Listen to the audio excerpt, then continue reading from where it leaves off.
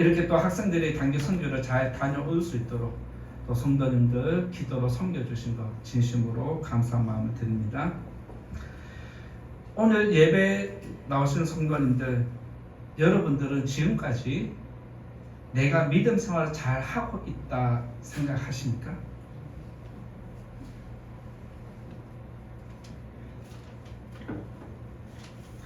이런 질문을 드리면 막상 대답하기는 힘든 것 같아요. 그런데 개인적으로 생각을 해보면 나름대로 또 잘하고 있다 생각하는 분도 있을 겁니다. 그런데 막상 앞에서 이런 질문을 하면 왠지 모르게 위축되는 그런 것을 느끼게 됩니다. 지금까지 내가 나름대로 믿음 생활 열심히 최선을 다해서 잘했다 생각하는 것은 사람의 입장입니다. 반대로 생각해 보면 좋겠습니다. 내가 지금 최선을 다해서 드리는 이 예배를 하나님은 어떻게 받아들이고 계실까? 이런 질문을 우리가 할 수 있어야 합니다. 나는 예배 잘 드리고 있는데 하나님이 예배 안 받아줄 리 없지. 진짜 그럴까요? 이런 질문을 내 스스로에게 할 때에 여러분의 믿음이 올바르게 자랍니다. 그리고 여러분들의 기울어져 가는 그 믿음을 올바르게 돌릴 수 있는 힘이 있습니다. 그래서 여러분들이 나름대로 믿음 생활 잘하고 있다. 다른 사람과 비교하고 다른 사람과 견주어도 나는 떳떳하다 라고 말을 할 수 있습니다. 그런데 그것은 여러분의 입장이고 예배를 받는 하나님 입장에서 질문을 하는 것이 중요합니다. 이스라엘 백성들은 조상들이 예전에 그렇게 하나님을 섬겨온 것처럼 시간이 1000년이 지나도 2000년이 지나도 계속해서 그렇게 하면 되는 줄 알고 믿음 생활을 해왔습니다.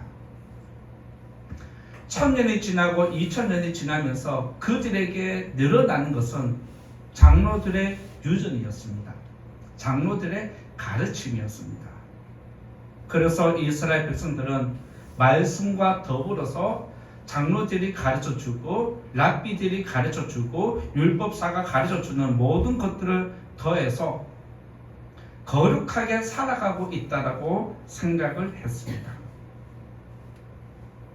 그런데 그렇게 거룩한 삶이 하나님 보실 때는 잘못된 방향으로 기울어져 가는 것이었습니다.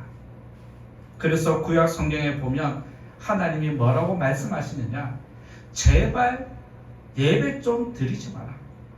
제발 제사 좀 드리지 마라. 성전 문을 닫으면 좋겠다라고까지 강하게 말씀하신 적도 있습니다. 이런 시간이 몇천 년이 지나서 예수님이 오셨을 때도 무슨 말씀을 하셨느냐? 외식함으로 예배를 드리지 마라. 거짓으로 예배를 드리지 말아야 한다라고 질책하셨습니다. 명절이 다가오면서 성도님들의 삶이 좀 바빠지고 분주해졌을 거라 생각을 합니다. 명절이 다가오면 우리가 왜 바빠집니까? 선물을 줘야 하고 선물을 받아야 하기 때문입니다. 명절에 메인 뉴스로 나오는 이야기가 있습니다.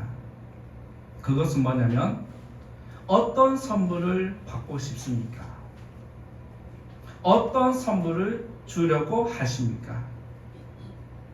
이것을 늘 매년 설문조사를 합니다. 그래서 원래 받고 싶은 선물은 이런 것이 대세고 주고 싶은 사람은 이런 것이 대세고 받고 싶은 사람은 이런 거 받고 싶어 한다라고 알려줍니다. 명절마다 선물이 시대마다 바뀌기는 했지만 아무래도 서로에게 부담 없는 것은 실속 있는 선물은 무엇일까요? 아는데 말하기가 좀 거시기하죠? 가장 실속 있고 유용한 선물은 현금입니다. 현금 드리기가 좀 무한하면 무엇으로 줄까요? 상품권으로 줍니다. 오랜 시간 동안 선물이 바뀌긴 했지만 주는 사람도 기분 좋고 받는 사람도 기분 좋은 게 현금입니다. 왜 그럴까요? 여러분이 누군가에게 선물을 주면 왜 현금으로 상품권을 줄까요?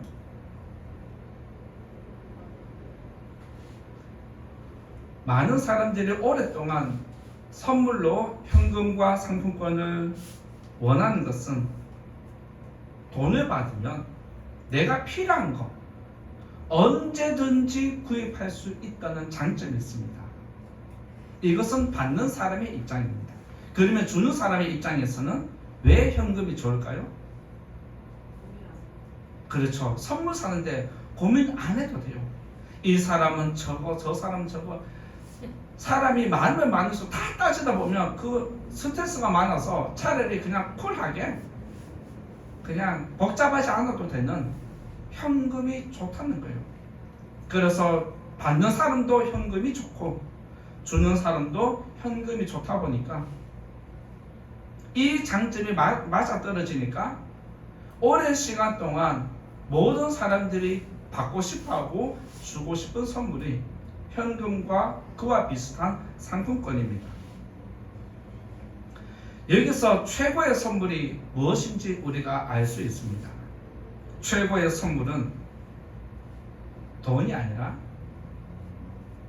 받고 싶은 사람이 원하는 게 최고의 선물입니다. 최고의 선물은 내가 주고 싶다라고 해서 최고의 선물이 아닙니다. 따라서 선물이라는 것은 내가 주고 싶은 게 아니라 상대방이 받고 싶어 하는 것을 헤아려서 줄 때 그 선물은 최고의 선물이 됩니다. 상대방이 원하는 선물을 주려면 상대방을 알아야 되겠죠.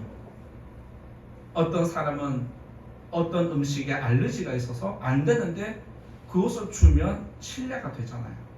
그래서 상대방을 알고 상대방에 맞는 선물을 주는 것이 최고의 선물입니다. 마찬가지로 우리가 하나님을 섬기고 하나님을 예배하는 것도 내가 예배를 드리고 싶은 방법이 중요한 게 아니라 하나님이 받기를 원하시는 예배를 드리는 게 하나님이 원하시는 예배입니다. 우리가 하나님이 원하시는 최고의 예배를 드리기 위해서는 하나님을 알아야 한다는 뜻입니다.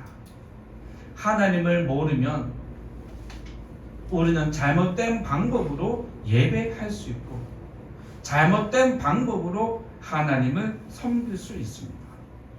그러면서 한편으로 내가 하나님을 위해서 이렇게 했는데 나를 아직도 몰라주네, 섭섭한 마음이 들 수 있는 것입니다. 오늘 다윗은 하나님이 원하시는 최고의 섬김이 무엇인지 이렇게 고백을 하는 것이 1절과 2절입니다. 다시 한번 1절과 2절 읽어볼까요? 시작.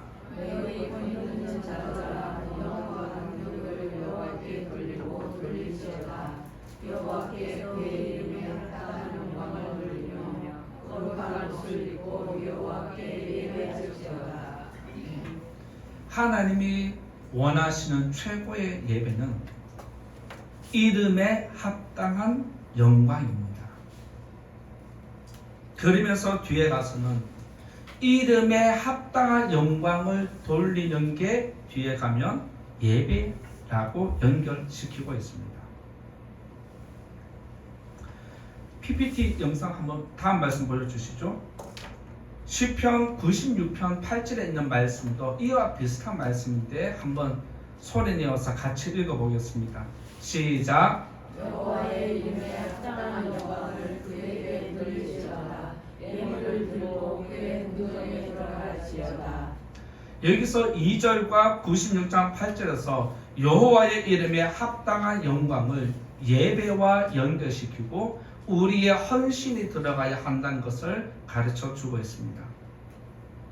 그의 이름에 합당한 영광은 너희들이 원하는 방법이 아니라 내가 원하는 방법으로 예배를 드리라는 것입니다. 우리는 이렇게 하면 하나님이 합당할 거야 라고 생각을 하고 예배를 드립니다. 그런데 그 방법이 잘못된 방법일 수 있다는 것을 기억해야 합니다. 선물을 주는 사람이 중요합니까? 선물을 받는 사람이 중요합니까?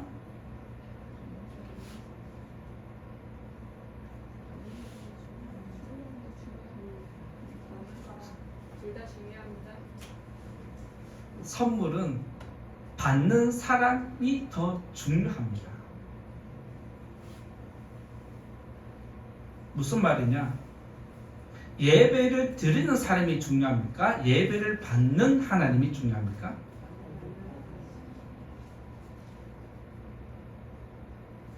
선물을 주려면 상대방의 모든 것을 알고 그 분에 맞는 선물을 주듯이 예배 또한 하나님이 원하는, 하나님이 원하시는 그런 예배를 찾아서 준비해서 드리는 게 최고의 예배라는 것입니다. 이것이 바로 다윗이 고백하는 그의 이름에 합당한 영광을 올려드리는 것입니다.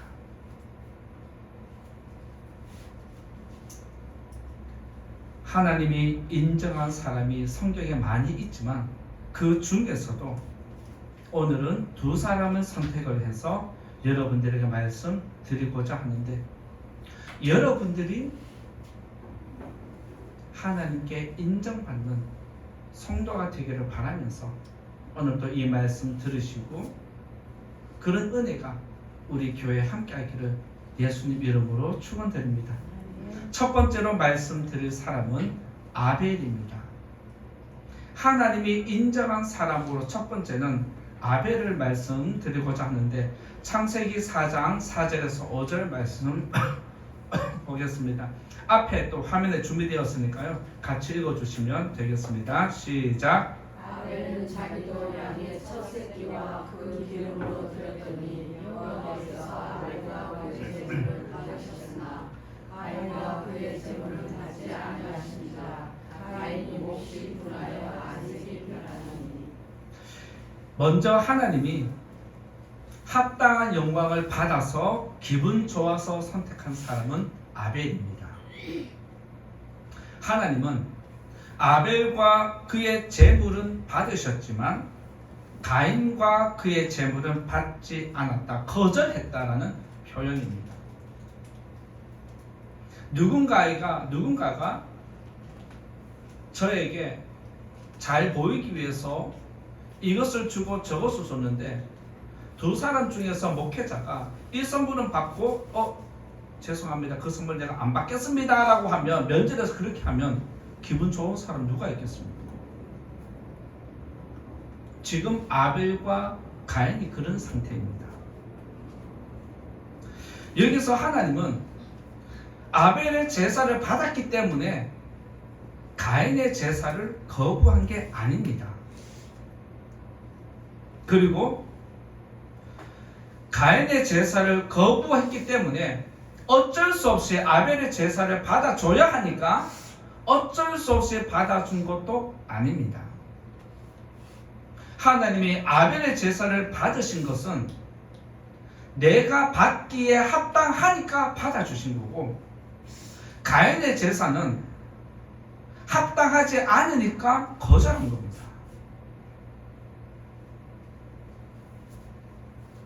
그러면 하나님은 왜 아벨의 제사를 합당하게 받아주셨을까요?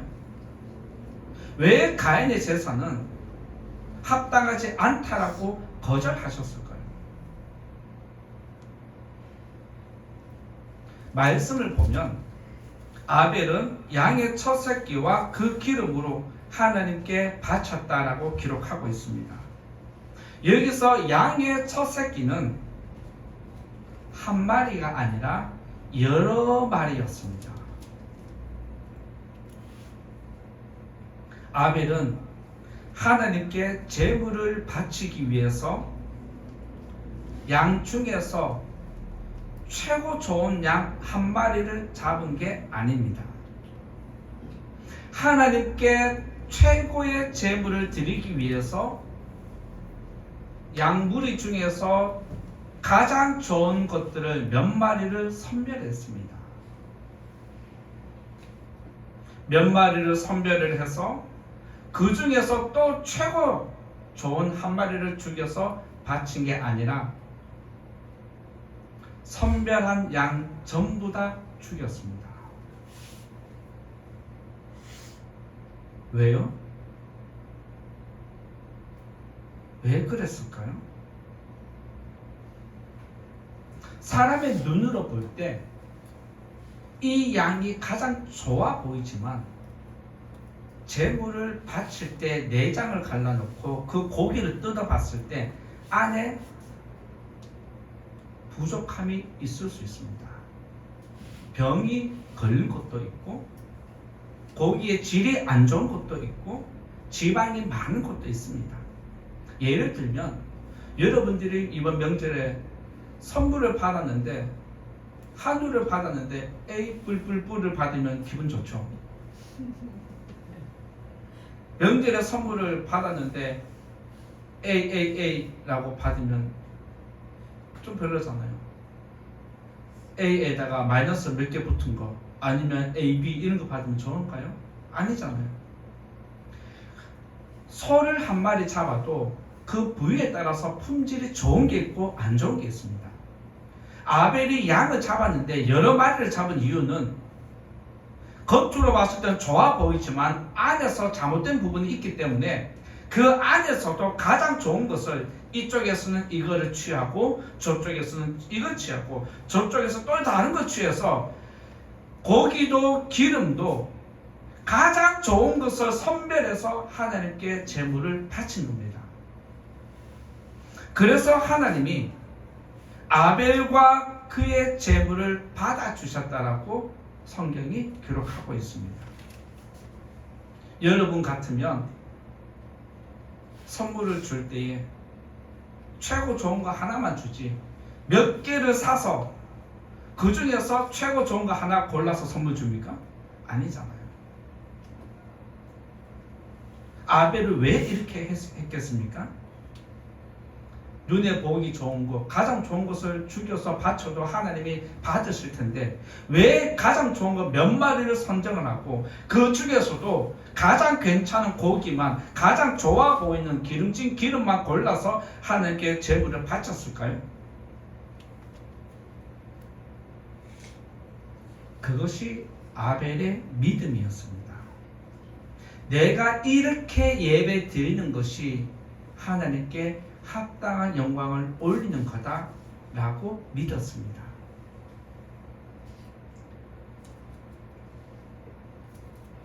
아벨은 내가 이렇게 한 것이 합당한 것이기 때문에 수고하는 것도 즐거움으로 수고를 하는 겁니다.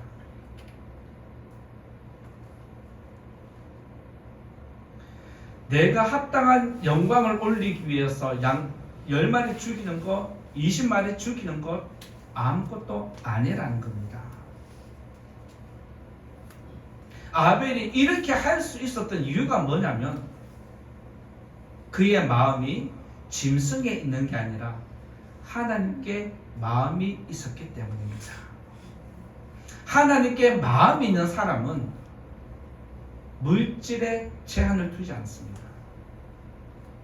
물건에 아까워하지 않습니다. 집착하지 않습니다.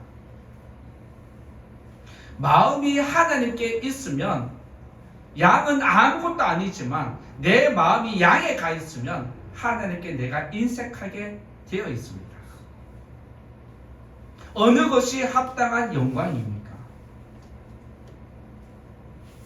어느 것이 하나님이 기쁘게 받으시는 예배냐? 이것을 우리가 스스로에게 질문해야 합니다.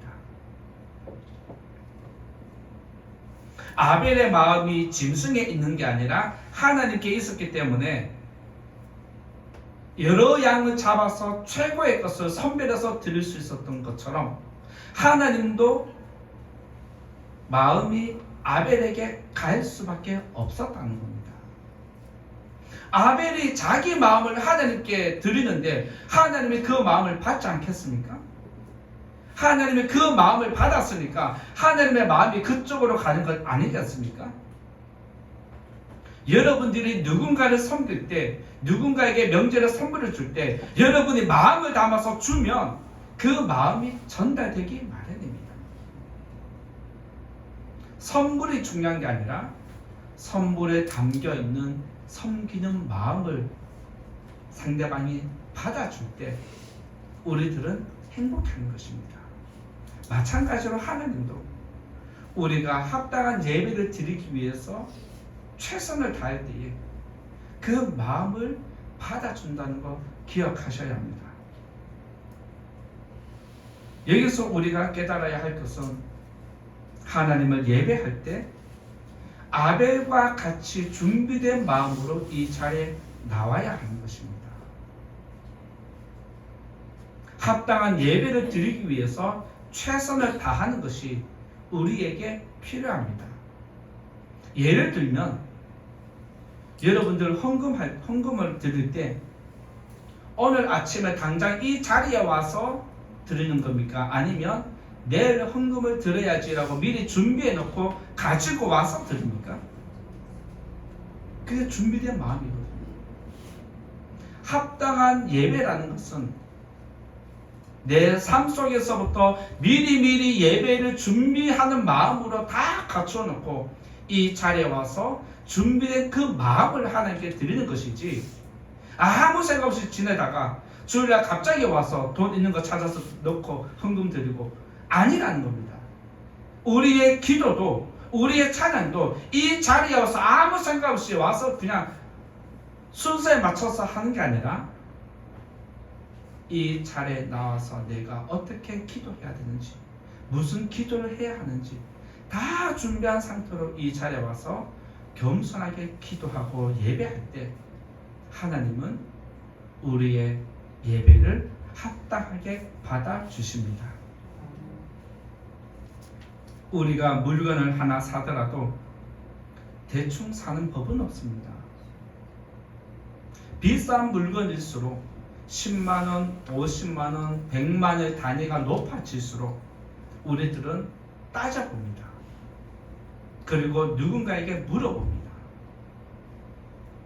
그리고 이 정도면 괜찮다라고 하지만 혹시 또 몰라서 다른 데 가서 가격을 또 비교까지 해봅니다. 물건을 하나 사는데도 우리가 그렇게 많은 열정과 에너지를 쏟아붓고 며칠 동안 준비하지 않습니까? 그런데 우리가 예배를 위해서는, 하나님이 원하시는 합당한 예배를 드리기 위해서는 어떤 수고와 노력을 며칠 전부터 하고 있느냐 하는 것입니다.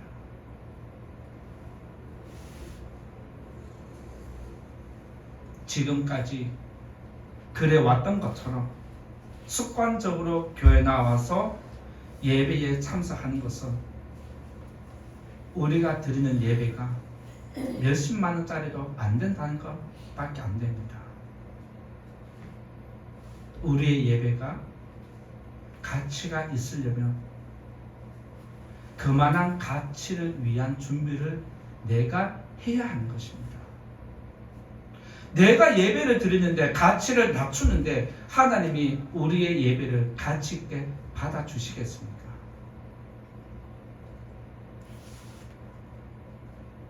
마음도 없는 예배에 참석하는 것은 예배를 드린 것으로 착각하게 만듭니다.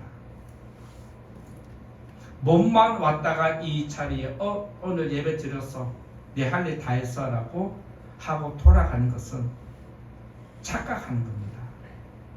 여러분은 예배를 드렸을지 몰라도 하나님이 합당한 예배를 받으셨는지는 모르는 것입니다.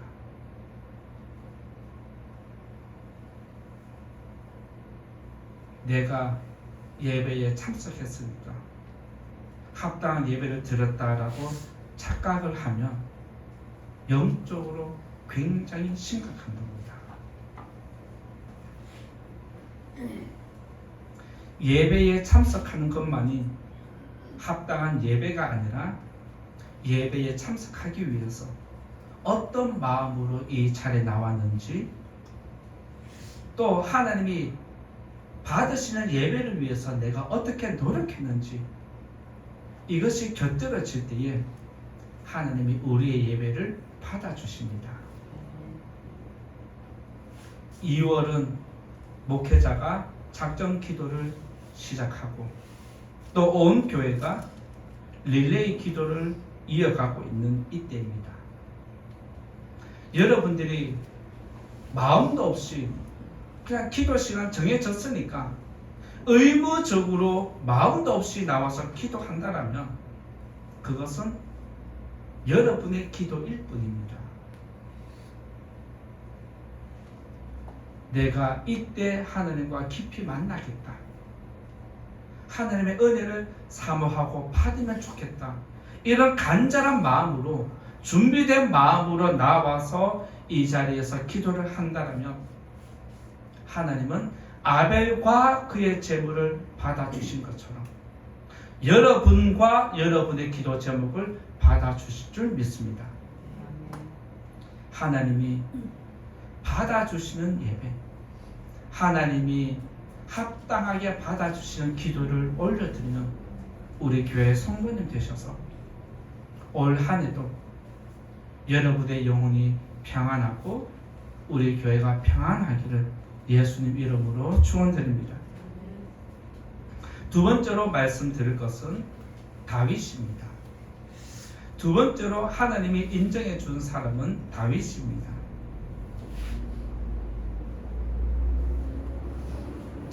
열왕기상 11장 38절인데요. 또 앞에 화면 보고 같이 읽어보겠습니다. 열왕기상 11장 38절 시작. 내가 만일 내가 명령한 모든 일에 순종하고 내 이름을 행하며 내 눈에 합당한 일을 행하며 내 종 다윗이 행한 같이 내 이름과 명령을 지키면 내가 너와 함께 있어 내가 다윗을 위하여 세운 것 같이 너를 위하여 견고한 집을 세우고 이스라엘을 내게 주리라.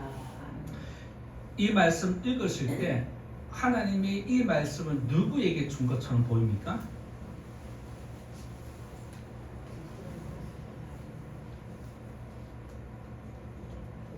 이 말씀을 누구에게 한 것 같아요?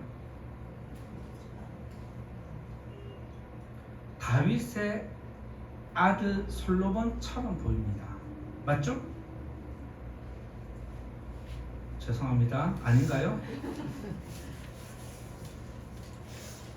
이 말씀은 다윗의 아들 솔로몬에게 주는 약속이 아니라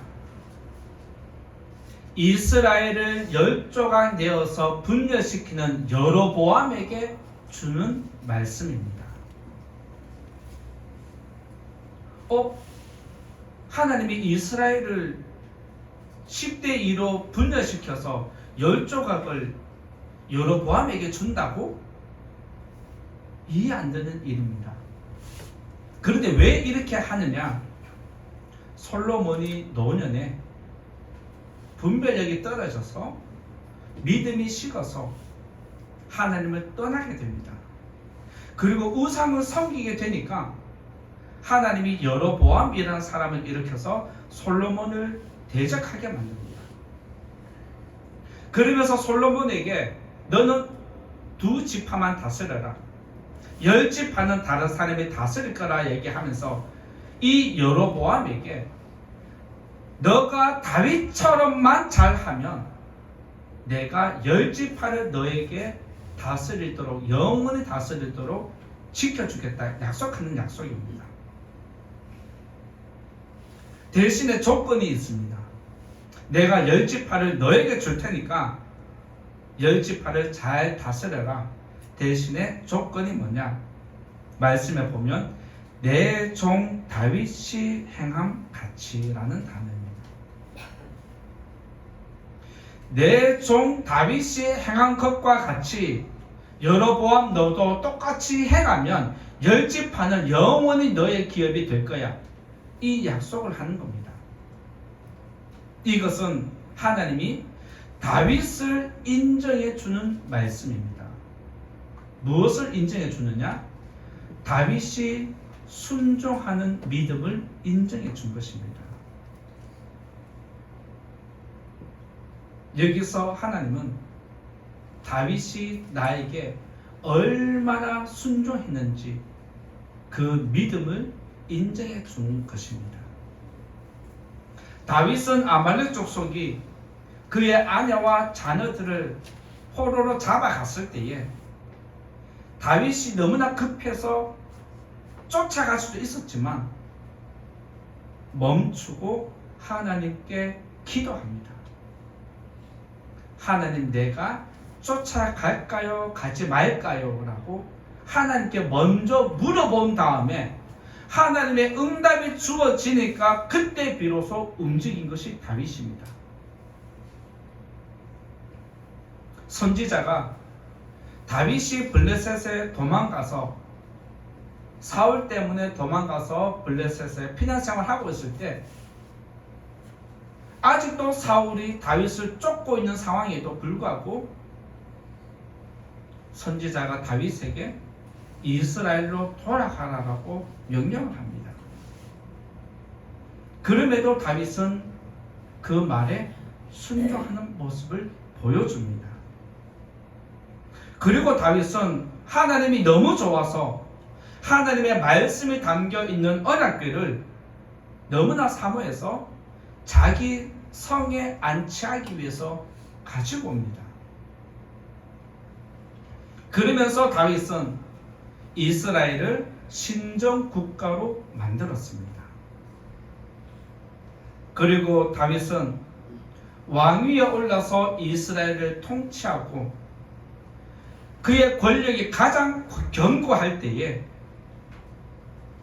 하나님의 선지자가 당신이 이런 죄를 지었습니다 라고 할 때에 선지자를 죽이지 않고 감옥에 보내지 않고 맞아요, 내가 죄를 지었습니다 라고 솔직하게 인정하는 모습을 보여줍니다. 가장 강한 권력을 가졌는데 선지자가 죄를 지적하니까 그 자리에서 회개하는 모습을 보여줍니다. 그리고 다윗이 내가 성전을 지어서 바치겠다, 거룩한 뜻을 세우고 많은 것들을 모으기 시작했는데 선지자가 하면 안 됩니다. 당신이 하면 안 되고 당신의 아들 솔로몬이 할 겁니다 라고 할 때에 다윗도 그 말에 순종합니다. 사실 이것은 쉽지 않습니다. 권력을 가진 자가 죄를 적나라하게 지적할 때 회개하고 다윗이 거룩한 뜻을 세워서 뭔가 하겠다라고 할 때에 안 됩니다라고 하는 것은 목숨 내놓고 하는 겁니다. 그런데 다윗은 그것을 다 받아들이고 자기의 뜻을 드러놓습니다. 다윗이 강력한 권력을 가졌음에도 불구하고 그의 곁에 제사장을 두고 선지자를 두는 것은 내가 항상 겸손하게 말씀에 순종하겠습니다 라는 뜻이 있습니다. 그래서 다윗은 가장 강력한 권력을 가진 왕이지만 가장 겸손한 왕이었습니다. 그래서 하나님은 다윗이 얼마나 겸손한 왕인지 말씀의 자기를 낮추는 그 믿음을 그 순종을 인정해 준 것입니다. 죄인들은 말씀을 들어도 거부하는 욕구가 강하게 있습니다. 자기의 뜻이 강하면 강할수록 하나님의 말씀이 강하게 튕겨나갑니다. 순종이 어려운 것은 자기 영혼을 다스려야 하기 때문입니다. 여러분들이 지금까지 많은 말씀을 들었지만 말씀을 듣기는 듣는데 왜 순종으로 연결이 안 되느냐? 평상시에 내 영혼을 관리하지 않아서 그렇습니다. 영혼을 다스리지 않으면 말씀에 순종하는 것은 불가능합니다. 말씀을 듣는 것과 순종하는 것은 별개의 문제입니다. 만약 내가 듣는 것으로만 순종이 연결된다면 여러분의 믿음은 목회자 수준만큼이나 어쩌면 목회자보다 더 깊은 영성을 가진 성도도 될 수 있습니다. 그런데 왜 그렇게 많은 설교를 들었고 그렇게 성경을 많이 읽었음에도 불구하고 내가 순종이 나타나지 않느냐? 말씀을 듣는 것과 순종은 별개라는 겁니다. 그러면 내가 어떻게 해야 순종하는 데까지 나아가느냐? 평상시에 내 영혼을 관리해야 한다는 것입니다. 말씀을 잘 듣는다고 순종하는 거 아닙니다. 말씀을 많이 들었다라고 해서 순종하는 거 아니고 많은 성경을 안다라고 해서 순종하는 것 아닙니다. 순종은 평상시에 영혼 관리를 해야 하는 것입니다. 평상시에 영혼 관리를 하지 않다가 일주일날 주일에 한 번 와서 설교 듣고 돌아가는데 영혼 관리가 그렇게 쉽게 되겠습니까? 먹는 것도 내 마음대로 조절 안 되는데 영혼 관리가 쉽겠습니까? 따라서 영혼을 관리하는 사람은 순종을 잘 하게 되어 있습니다. 하나님께서 다윗을 인정해 주는 것도 교만한 자리에 서 있음에도 불구하고 항상 자기 영혼을 관리했기 때문에 겸손한 왕이 될 수 있었습니다.